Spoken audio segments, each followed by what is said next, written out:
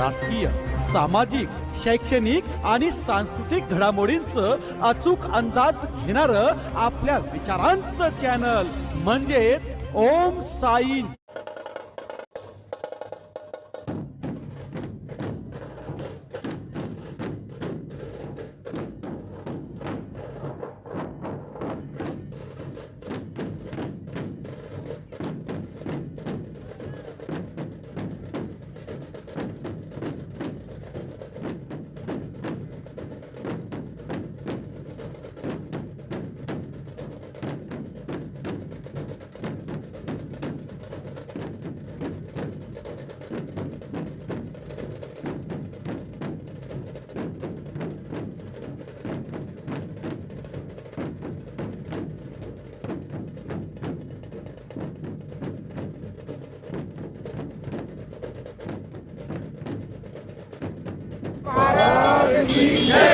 छत्रपती शिवाजी महाराज की जय. धर्मवीर संभाजी महाराज की जय.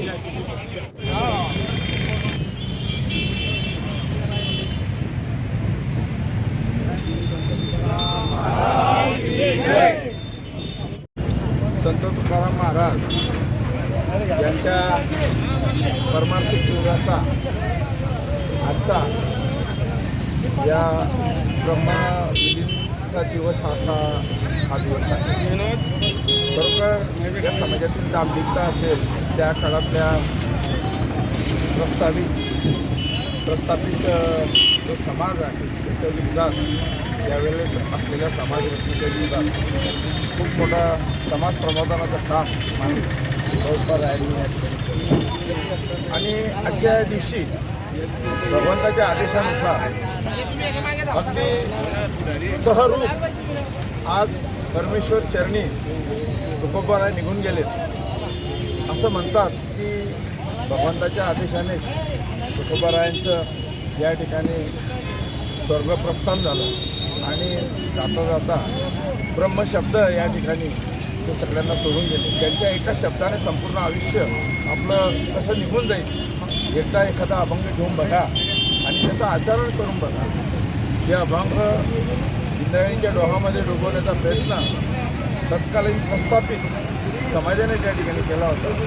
हेच प्रबंध, हेच अभंग परत पांडुरंगाने 13व्या दिवशी या ठिकाणी बाहेर आणून असं म्हणतात ते नैमित्तिक होतं, परंतु ते सर्व अभंग त्या काळी प्रत्येकाच्या मुखद्गत आलेले होते.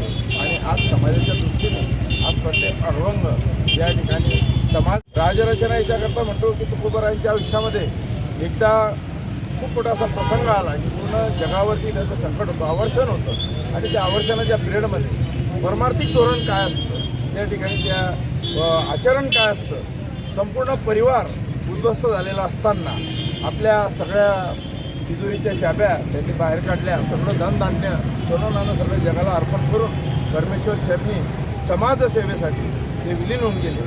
आणि आज आपण बघतो आज ते जगद्गुरू झालेले आहेत आणि खरोखर एक ब्रह्मरूप ते होतं. आणि आजच्या दिवशी मी या निमित्ताने सर्व संप्रदायातील, सर्व स्तरातील, सर्व समाजातील लोकांना शुभेच्छा देतो. संत श्रेष्ठ तुकाराम महाराज की जय.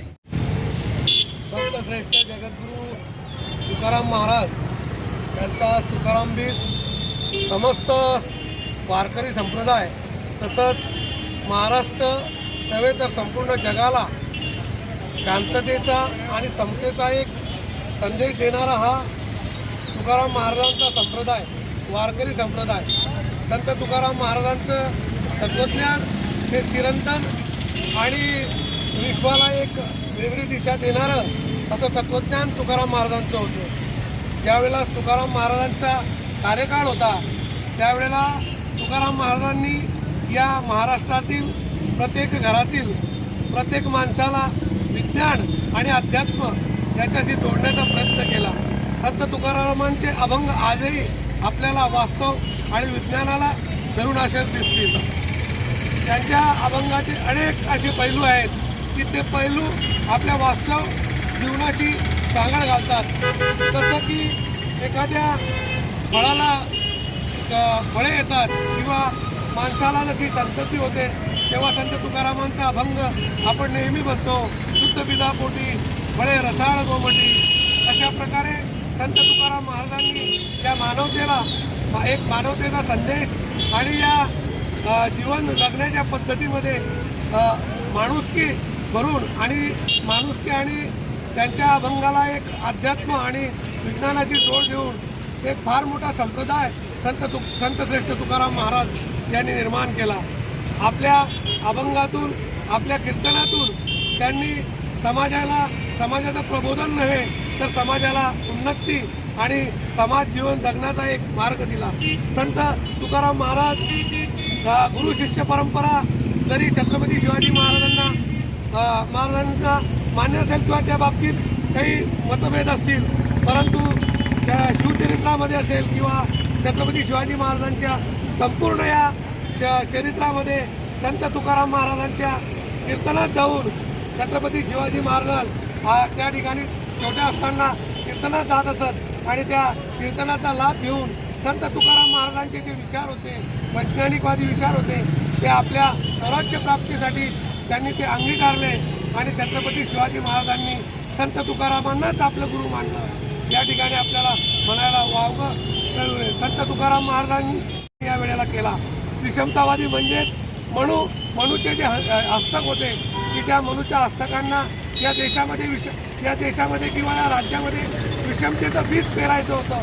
पण अशा वेळी संत तुकाराम महाराजांनी अत्यंत कठीण परिस्थितीमध्ये हे विषमतेचं बीज या ठिकाणी रुजू दिलं नाही आणि एक समतेचं रोप या ठिकाणी संत तुकाराम महाराजांनी रोवलं आणि या समाज समता न्यायता बंधुता या धर्तीवर या ठिकाणी उभा राहिला. एवढंच आपण या ठिकाणी संत तुकाराम बीजच्या निमित्ताने तुकाराम महाराजांच्या इतिहासाची आणि त्यांच्या विचाराची या ठिकाणी उजळणी घेतली. पुनश्च आपण सर्व संत तुकाराम महाराज या विश्ववंदनीय संत तुकाराम महाराज यांच्या चरणाशी नतमस्तक होऊया आणि त्यांना पुनश्च एकदा विनम्र अभिवादन करूया. संत तुकाराम महाराज की जय. धन्यवाद.